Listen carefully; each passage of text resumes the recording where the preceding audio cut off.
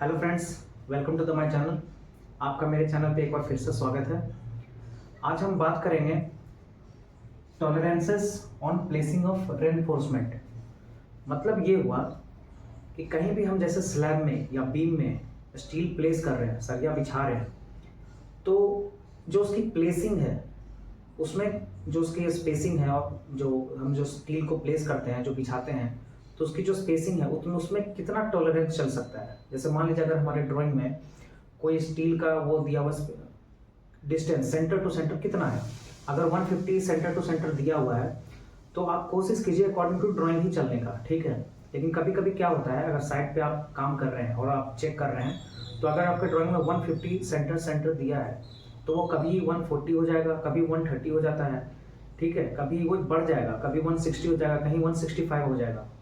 तो IS code के हिसाब से कितना टॉलरेंस होना चाहिए उसी के बारे में आज हम बात करेंगे। तो आइए देखते हैं आईएस कोड, ठीक है। आईएस 456 2000 में ये दिया हुआ है,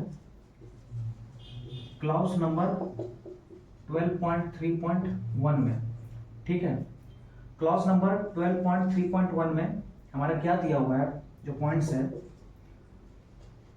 फॉर इफेक्टिव डेप्थ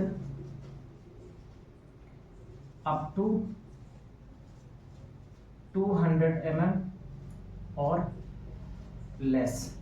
मतलब जो भी स्लैब है उसकी जो डेप्थ है अगर वो 200 mm तक है और या उससे कम है तो उसमें क्या होता है, plus minus 10 mm। Plus minus 10 mm मतलब 10 mm का टॉलरेंस चल सकता है। जैसे ये हमारी प्लेसिंग है, अगर हमारा जो हमने सरिया बिछाया है उसका ड्राइंग में 150 सेंटर दिया हुआ है, तो आप क्या कर सकते हैं, तो इसका जो है ना आपका 160 हो सकता है या 140 हो सकता है, इतना चल सकता है, उससे ज़्यादा नहीं आईएस कोड के हिसाब से।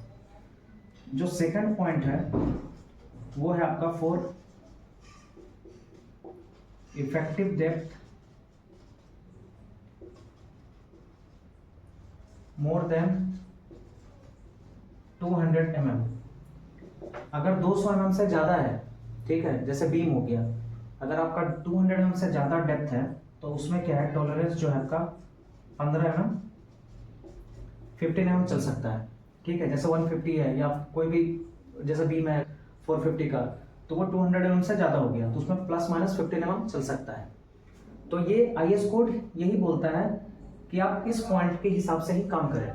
फिर भी अगर आपको साइड पे कोई प्रॉब्लम आ रही है, आपकी स्पेसिंग ज़्यादा हो गई, तो जो साइड पे इंजीनियर इंचार्ज जो होते हैं, जो अथॉरिटी इंजीनियर होते हैं, आप उनसे एक बार परमिशन ले सकते हैं, उनसे बात कर सकते हैं, उनसे पूछ करके आप काम कर सकते हैं, ठीक है। तो आप आईएस कोड के हिसाब से ही काम करें। और एक्चुअली क्या होता है, ये साइट पे जल्दी कोई कर नहीं पाते इसके हिसाब से, लेकिन अगर आप किसी अच्छी कंपनी में, बड़ी कंपनी में इंटरव्यू देने जाएंगे तो ये सब पॉइंट्स आपसे जरूर पूछे जाएंगे वहाँ पे, ठीक है। आईएस कोड के हिसाब से आप जो भी काम करें, एक्चुअली एक बार आईएस कोड जरूर पढ़ें। और अगर आप इंटरव्यू का प्रिपरेशन कर रहे हैं तो ये सब पॉइंट्स आपको आना चाहिए। तो मैं आपको एक छोटा सा पॉइंट लेकर आया हूँ, और नेक्स्ट वीडियो में हो सके तो मैं और भी आपको आईएस कोड के हिसाब से और भी कुछ बताऊंगा। तो अगर आपको मेरी वीडियो अच्छी लगती है तो प्लीज़ उसे लाइक करें, शेयर करें, सब्सक्राइब करें। Thank you.